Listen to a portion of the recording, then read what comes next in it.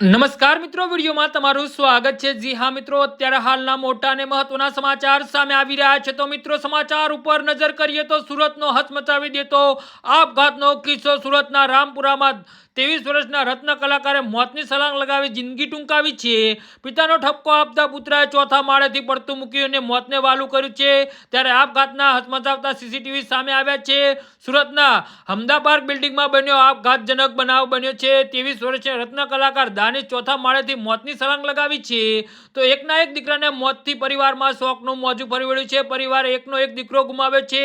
આમ 23 વર્ષીય દાનિશે મોતીવાણીએ જીવનનો કરુણ અંત લાવ્યો છે અને સીસીટીવી અને મોતના કરુણ દ્રશ્યો કેદ થયા છે।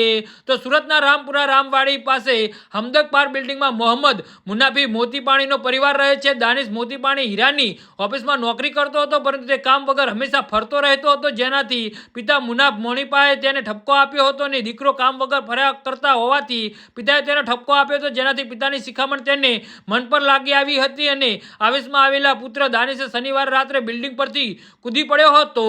જી હા મિત્રો, તો આના વિશે તમારું શું કહેવું છે તો નીચે અમારી કમેન્ટ બોક્સમાં જરૂરથી જણાવજો અને અમારી યુટ્યુબ ચેનલને સબસ્ક્રાઇબ કરવાની ભૂલતા નહીં। વિડીયો પૂરો જોવા બદલ તમારો ખૂબ ખૂબ આભાર।